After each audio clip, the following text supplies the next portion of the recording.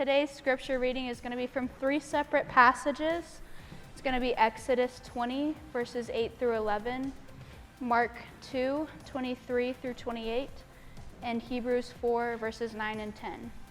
If you don't have a Bible with you, there's a Bible in the pew in front of you, and the pages for those I will be reading before each passage. So Exodus 20, verses 8 through 11 is going to be on page 61.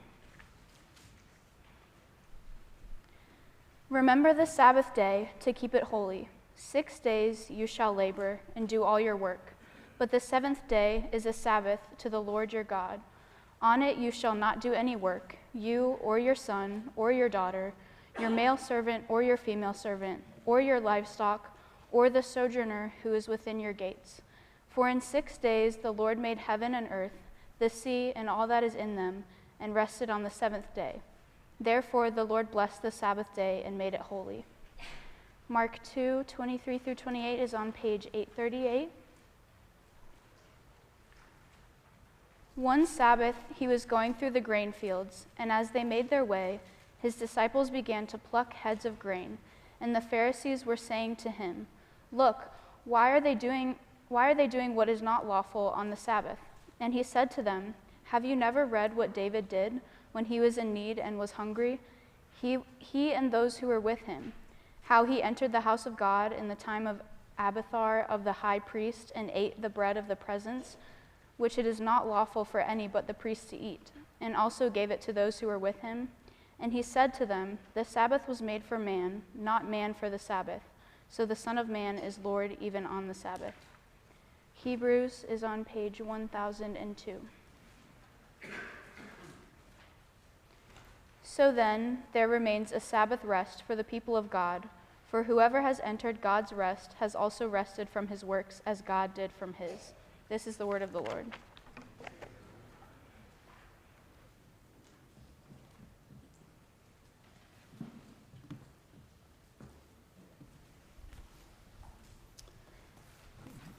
This is fun, a second service.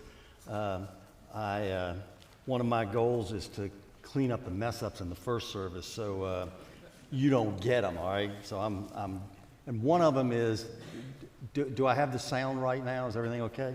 All right. The second thing is I want to remind you, they're all around the church, the 10 Commandments. Take them and memorize them. Very valuable. And as we get through the sermons, it helps us as we try to make them a part of our lives. The third one, they're gone. Yep, they're gone. I had to make sure both. Just want you to know the 3 passages, because as I sat there and thought about it, it would be easy for you to sit through and say, what in the world they do? Well, Exodus is the statement of the 4th command, okay? The Mark passage was read so that you understand Jesus' commentary on the 4th command. He says something about it there, and Hebrews is the epitome. It's the goal. It's the gold standard of rest. So that's why the 3 passages were read. I think they fit together. Sometimes when you get to the end, it's like you might not see it as clearly as I did, so just wanted to set those out at the beginning.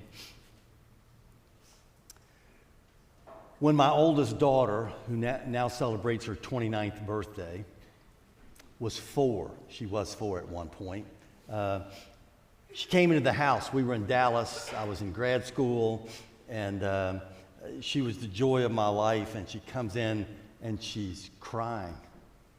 She's got a salt shaker in her hand, and she blurts out, "I can't do it, Daddy." I said, "What can't you do, sweetheart?" "I can't catch the bird. I wait and try to put the salt on their tail." Where'd she learn that from?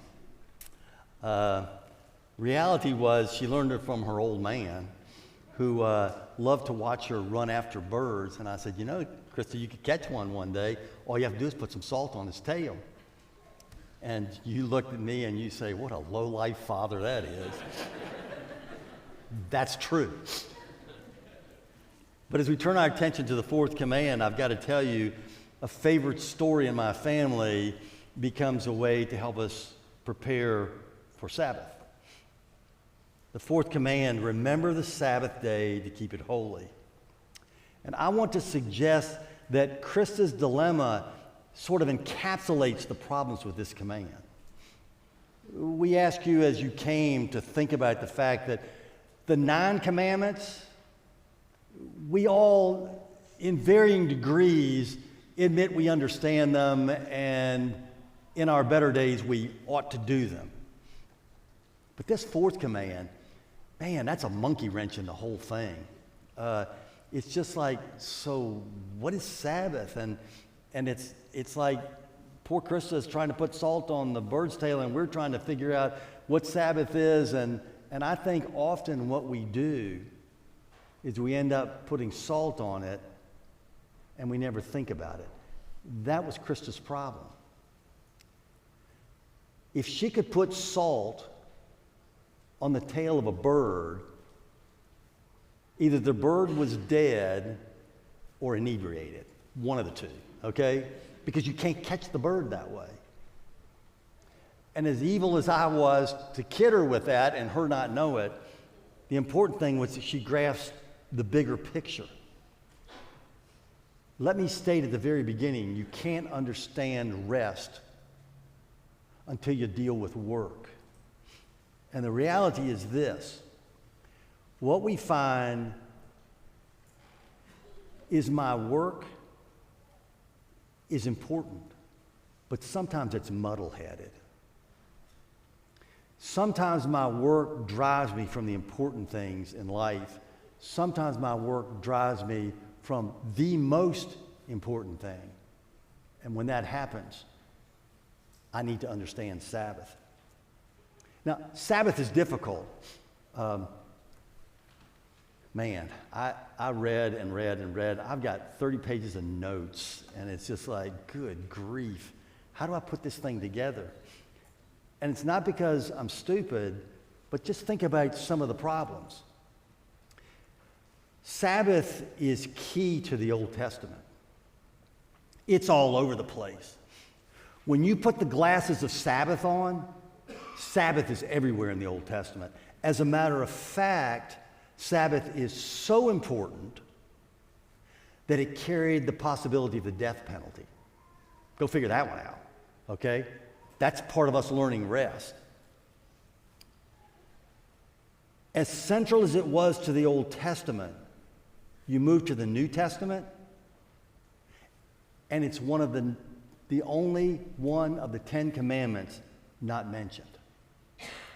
Further, in Romans and in Colossians, Paul argues against enforcing Sabbath. Paul says, nope, don't do that. Leave it up to the individual. Dadgum, what's going on here? In Acts 15, you remember, is the church gathering together to deal with this Jewish thing that's changing. As a matter of fact, the church was called the Way in Acts. They weren't separate from Israel and Judaism, but they were different, and we knew that. And as it began to dawn upon people and they thought it through, by Acts 15 it was like, hey, wait a minute. Do you have to become a Jew to be a Christian? And in Acts 15 they dealt with circumcision. Circumcision is one of the marks of the covenant. By the way, there's a second mark of the covenant, and the second mark of the covenant is Sabbath. That's how you determine, that's how you told the world you were God's, you were Yahweh's. But they didn't even mention Sabbath in Acts 15. Circumcision was the problem. It would appear on first rub that Sabbath is gone. Paul's right, it has nothing to do with anything. But then we come up with the idea of Lord's Day. By the way, one of our favorite terms, Lord's Day, is only used one time in the New Testament, and it's in Revelation. It's a concept that was not prominent enough to be mentioned more than once.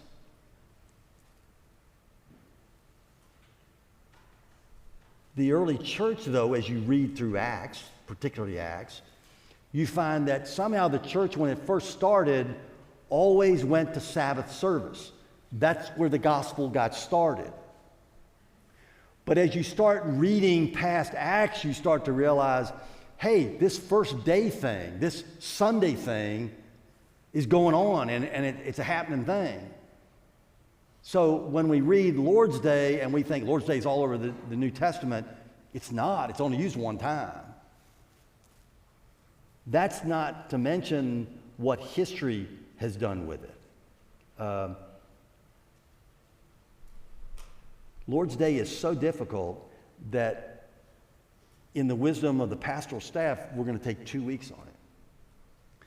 And as you think about it, it's like, wow, what do we do with this? Because, by the way, in 312, Constantine decided and made it law in the Roman Empire that Lord's Day is Sabbath. Sunday is Sabbath.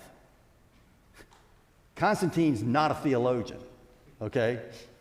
That's the secular state imposing something from the Old Testament that we aren't quite sure what it's got to do with the New Testament. That's the difficulty, and all of us live with that. So as we thought about it, what we're going to do today, and the goal today is to say to us, let's think about Sabbath. Let's think about rest. What is Sabbath and rest? How are they related? So we're going to sort of answer the principle of rest this week. A lot of our questions deal with the practice of Sabbath, and while you can't separate them completely, and you'll hear a little of it today, next week we're going to set up a little better and say, okay, this is the practice of Sabbath. So my goal today is to say to us, let's think about Sabbath. Let's think about rest, how we use the word, and what does the word mean? Well, we start with the fourth command. And in verse 8 of Exodus chapter 20, the command is there, and then the command is explained, okay? And the command is simple: remember the Sabbath day to keep it holy. We're to remember the Sabbath day. The Hebrew word remember has the idea of call to mind, but it doesn't stop there. It's not a word that's simply an exercise of memory. So I don't sit down and go, Sabbath, Sabbath, Sabbath, and I'm remembering the Sabbath. I remember the Sabbath, and I act on that reality. So when he says remember, it's important for us to realize that it's not just something out there. It's something that we can actually practice, and we do. And to understand Sabbath and to do Sabbath is important. As you look at it, Deuteronomy chapter 5. Deuteronomy is not the second giving of the law. Deuteronomy is the book that was written. Moses preached at least 3 sermons to the new generation. They came out of Egypt. They did not obey God. They wandered around for 40 years. And after 40 years, and everybody dies but a couple of them who had obeyed, Moses sits down with the younger generation and he says, let me explain the law. Let me sermonize to you the law. And in Deuteronomy chapter 5, it's not the second of the 10 Commandments. It's Moses' commentary on the 10 Commandments. It's his sermon. And in the sermon, he changes a couple of things, particularly in the fourth command. And he says, guard the sermon as opposed to remember. Not much difference. But to guard it gives the idea to the next generation, Sabbath is worth thinking about. It's more than worth thinking about. Sabbath is worth living. It's key to who you are. So he says, guard the Sabbath. Keep that Sabbath day. So remember, guard the Sabbath. Sabbath is interesting because there's a word and there's still a lot of scholarly argument and ink spent over this thing is Shabbat, Sabbath, the seventh day, Monday, Tuesday, Wednesday, Thursday, Friday, Saturday, okay? That's Shabbat. That's the seventh day. But the word that it comes from is the word rest. So we sort of use them interchangeably. Day of rest, Sabbath. But the word technically here is of the seventh day. There's a 1 in 7 pattern that's developing here. And the word here refers to the seventh day, even though its background is in the word to cease or desist or rest. So the seventh day is when you Sabbath. You Shabbat, Sabbath. Sabbath is cease or desist from what? What does it mean? Well, number one, there's an indication in the text that you ceased work. So what it does is it splits up our pattern of life into a 6-day, 1-day reality. That's not normal in the ancient Near East. We've grown up thinking, well, that's the way it always is. We read Genesis. What is that? we read Genesis, and we think God created in 6. He rested on, so he sabbated on the 7th day. That's normal. It's not. In the ancient Near East, there was not a 6-in-1 pattern. Throughout history, there have been attempts to change it. So as we look at it and we think about it, wow, there is set up here a pattern of living, a way to live, that you work, whatever that is, okay, and then you rest. So when I say you can't understand rest without work, that's key to the whole principle here of Shabbat. Did the patriarchs practice a 7-day week? I don't know. But the ancient Near East didn't. So where did it come? So I think one of the indicators in Exodus is, remember the Sabbath, is it's not normal. It's not bred into them. It's not something that they naturally did. And he's saying to that new generation, guard well that 1 in 6 pattern. Think about it. Remember it. Know it's important. So where did the 7th day, what's he remembering? I think the 7th day, there is no indication of a regular practice of 7 days until Exodus chapter 16, verse 23. You might not know that one right off the top of your head. I wouldn't, but I do because I studied before this. Exodus 16 is manna. Remember the manna? 6 days you gather, the 7th day you don't. And by the way, when they gathered 6 days and they decided, because of their understanding of work, that they would get enough for the 7th day, what happened to the manna? Do you remember? Anybody? Turned to maggots. Gag a maggot. Oh, I'm sorry. So what they did was they were introduced to this 1 in 7 pattern, and they're not sure about that thing. I worked 6 days, but the 7th day I got to take care of myself. And it turned to maggots. There's a principle going on there, okay?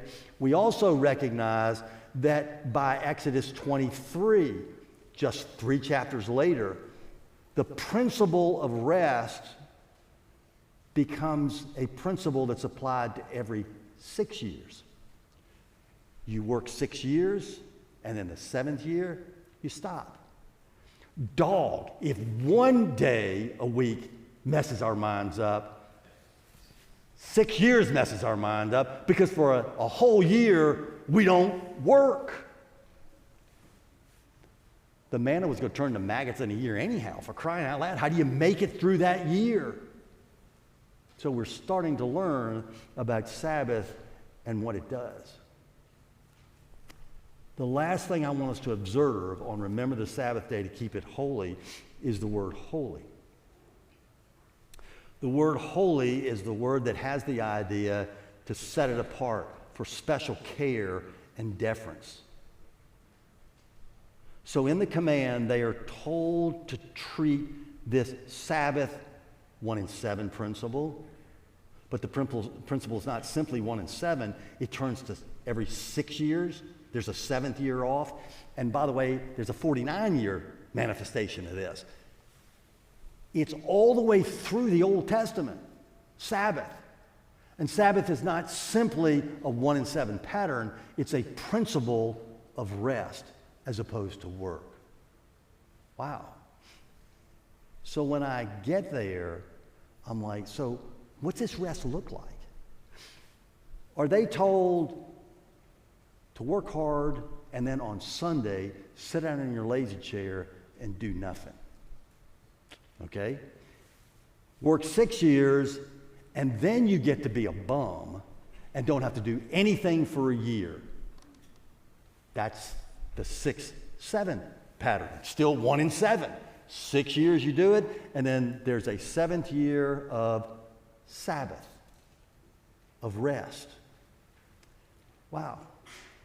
See the problems as they begin to develop?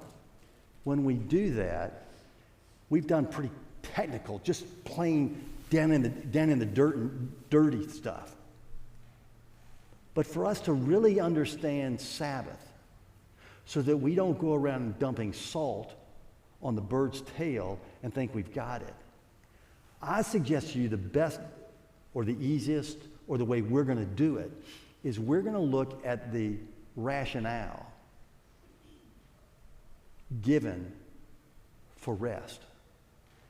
And there are 4 that I see in the text, not just here, but in the text that surround and back up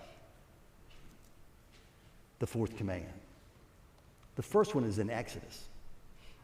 The practice of rest in Exodus, chapter 20, is found, remember the Sabbath day to keep it holy. 6 days you labor, but on the 7th it's a Sabbath to the Lord our God. On it you do not do any work, for in the 6 days the Lord made heaven and earth, the sea and all that is in them, and rested on the 7th day.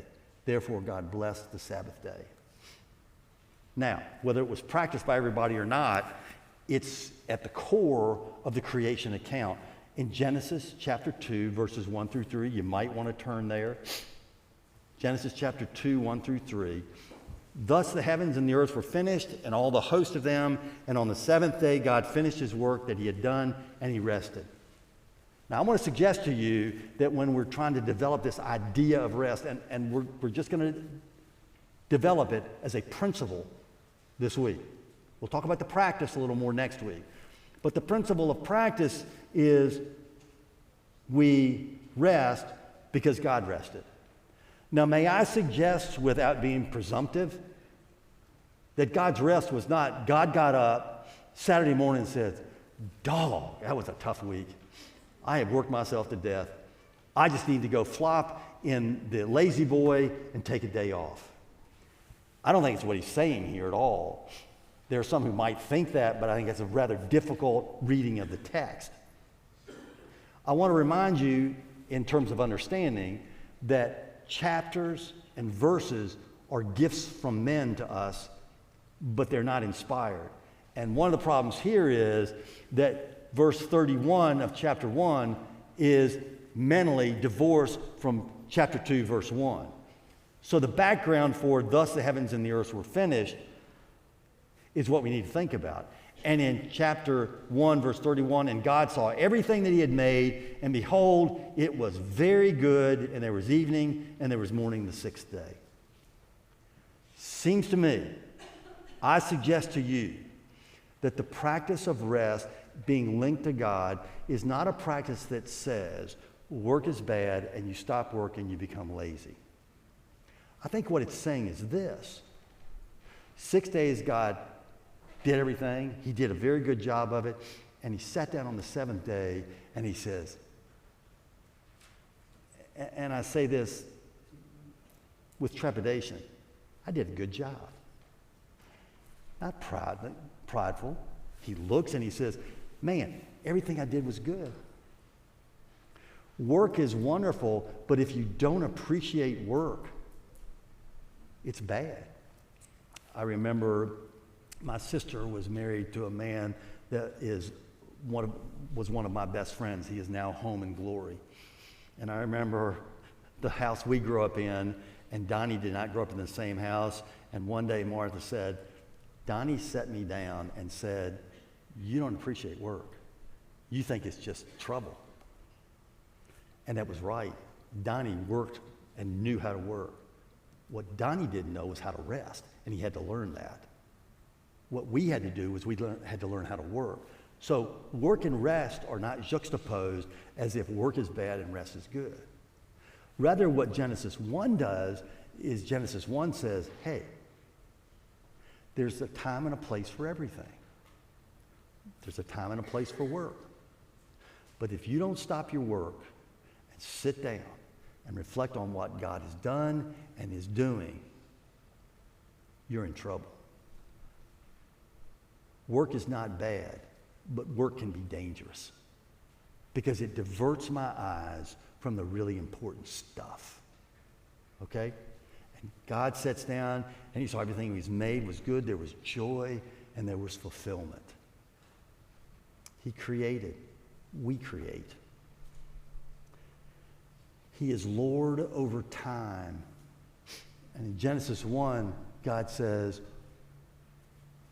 this is not God, okay? I don't know if it's Ben Franklin. All work and no play, okay? There's truth there. But the problem is play rather than recognizing that when he stops and he looks, he appreciates what's going on here. I think Pete a couple of weeks ago reminded us of Mark Twain's, or introduced me to the Mark Twain quote, that the two most important days in the life of a human are birth and knowing why you were born. Here it is. You see, I'm born and I work and I work and I work, and if I never stop, desist from the work, and reflect on God and the fact that he is God over time and space and created everything, I began to elevate my work to a level that it was never intended to be elevated to. By the way, there's a second note in Genesis. And what he says in Exodus is, in Genesis 2, is that that day was sanctified. Up till now, he said everything was good. And I appreciate the observation of a scholar at Asbury Seminary that says, perhaps the climax of creation is not the creation of man, but the day of rest. For in the day of rest, there's an invitation to rejoice in God's creation and to realize it's his creation. It's his. He's sovereign. He's working at it. And rest comes to understand that work, as good as it is, work can kill you. Any amens? But the object is not to simply cease work. It is to reflect on the God who gave us time and gave us the privilege of work. Rest is, in some sense, stopping the normal routine of life to reflect on God, on his sovereignty over creation, on his gift of time. And time is God's. It's not mine. It's not something I own and I can do with it what I want. God requires that we understand to keep work in its place. We've got to learn to rest in who he is and what he is. But there's a second thing. If you turn to Deuteronomy chapter 5, Deuteronomy is the commentary by Moses on the giving of the Ten Commandments in Exodus chapter 20. And in chapter 5, he does something different from Exodus. Now, because we believe in inspiration and that God is the author, we don't think Moses is saying, oh, by the way, in Exodus, we forgot to mention this. He is saying, let me show you what rest looks like, okay? And what he does is he changes here and he says, rest is informed by deliverance. Verse 14. On that day, the day of rest, you shall not do any work, your son, your daughter, male servant, female servant, ox, donkey, livestock, the sojourner who is in your guest, that your male servant and your female servant may rest as well as you. Why? You shall remember that you were a slave in the land of Egypt, and the Lord God brought you out from there. What does he add to us in this second idea about rest? I think what he adds is, he is saying in Deuteronomy to the next generation, every Sabbath, once a week, an Israelite is called on to remember that God is the emancipator. God is a liberator. God gives freedom. Egypt didn't give it to me. Because when I was in Egypt, I was a slave to work. My God doesn't do that. God takes me from the slavery of endless cycles of work, more, so that I can remember his great goodness to me. I think it might be fair to say that an antonym of slave here is worship as opposed to being free. Again, a couple of weeks ago, we were entertained by our pastor when he gave us a Dylan reference. I don't know how many of you, I hope none of you were offended, but Bob Dylan, and I thought he was going to break into song. I will not. I don't have the nerve he's got, okay? But he reminded us of one of the great songs, if I can use the word great, from Dylan. Everybody's got to serve somebody. Who are you going to serve? And he is saying here, you want to serve Egypt, you want to serve the kings, you want to serve labor, or you want to serve a God who wants you to rest, who says you're free. You are not the sum total of the slave driving you to push. So if Genesis focuses on the God of the covenant, Deuteronomy focuses on the people of the covenant. And the people are free people, and they rest because they understand their freedom, and they give that freedom to others because we're supposed to care for them, which leads us to the third motivation. And the third motivation is a social, societal motivation. Let me tell you what I mean by that. In both of the commands, Exodus and in Deuteronomy, what happens is, because of rest, you care for other people. You don't take your rest by yourself. You make certain that the people around you, those that you care for, and particularly sometimes those you don't care for, and give them rest. You don't work them to death. So he looks at it, and the concern is in Exodus 20, verse 10, and in Deuteronomy 5, 14, and 15. Sabbath is a reminder that it's not just us. Because when I get into work and I start to achieve and I think I'm the only one, rather it's about who we walk with, Israelite and non-Israelite. Rest has, shall I say, a humanitarian implication for you and for me. So to rest says to us, you got to look out for other people. You got to think about them. You've got to enjoy your freedom, and you've got to share that. That's part of the rest process. Wow. What is rest? I think we're at a place where we might be able to define rest this way. To observe Sabbath, and I'm going to use that Hebrew word, rest, cease, desist. I observe Sabbath when I recognize there is a God. He's on his throne. He reigns, he sustains, and gives me purpose to life. And by the way, that reigning and sustaining of God is not just about me. It's just not me-centered. It's just not for Everett. It's something I share by my life with the world around me. Now, if that's a working definition of the principle of Sabbath,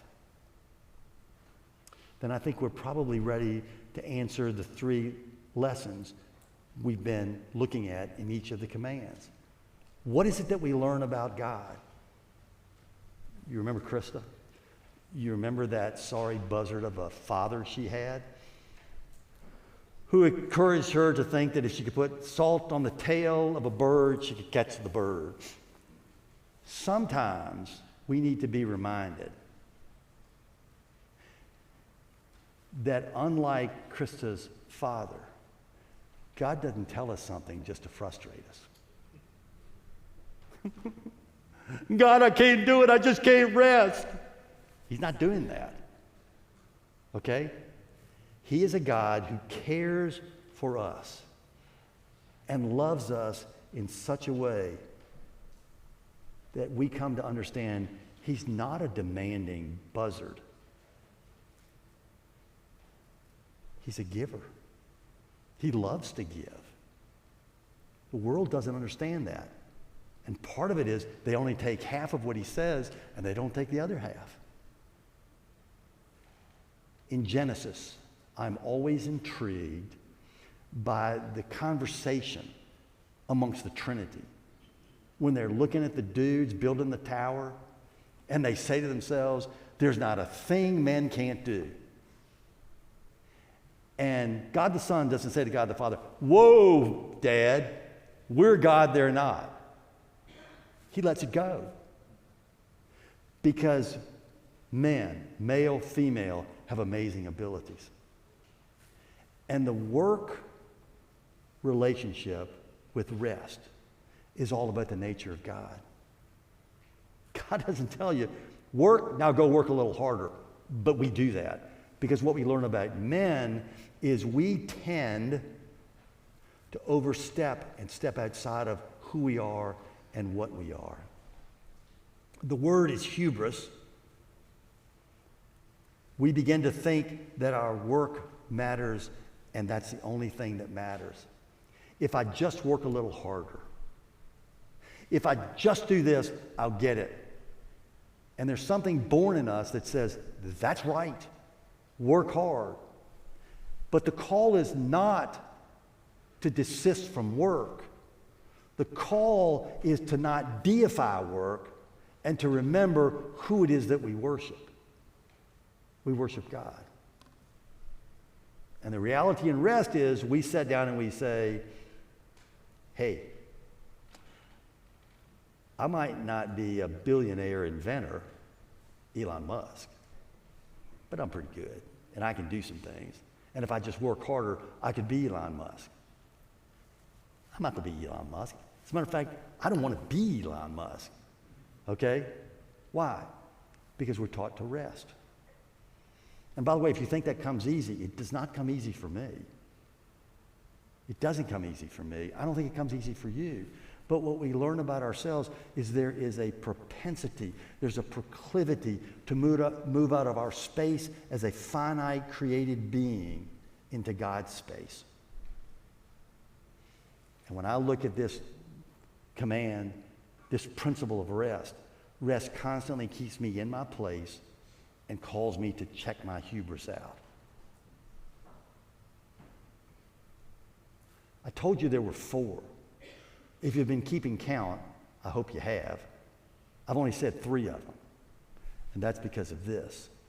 Because the 4th thing about understanding rest is to understand that like a lot of things in Scripture, there's a now and a then reality to it. Rest is something that I am committed to. I'm committed to Sabbath. I'm committed to making that a part of my life because of the command. But the truth is, the proclivity, the inertia is for me to move into taking control of everything. And this 4th reality, this 4th understanding of rest is key to what we do here today. In the Old Testament, I told you that the death penalty is associated with breaking Sabbath. I think it's there because to break Sabbath is to break the covenant with God himself. That's what Sabbath does. In Exodus chapter 31, we learn that Sabbath is a sign of covenant. It's one of the things that sets us apart as redeemed people from everybody else. Whoa, Jiminy Cricket. That's a tough one. But we also understand this. We understand that as long as Israel observed Sabbath, they affirmed loyalty to Yahweh. But the truth is, we never fully know rest, that balance between work and worship of God in this world until Jesus comes. Hebrews chapter 4.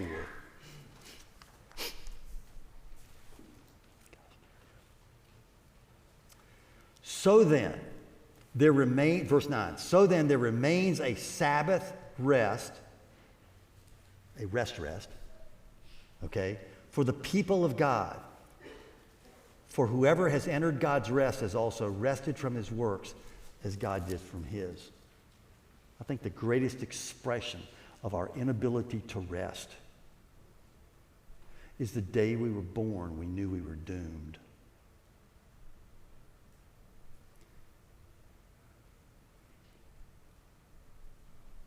One of the great writers for me is Chesterton. Chesterton taught me that the reality is the question, why could something bad happen to me, is really a bad question. The question is, why do I get anything good? We all know that. We all know in our most sane moments that we are not what we want to be. We are not what we ought to be. And the work in us is always a constant affirmation of us being worth something. And when Jesus came, Jesus says, hey, your worth is not dependent on you or your work. Your value is because of God. Why does God save people? Because he loves them. It's clear in Ephesians that my faith is the vehicle that confirms my salvation. It's not what saves me.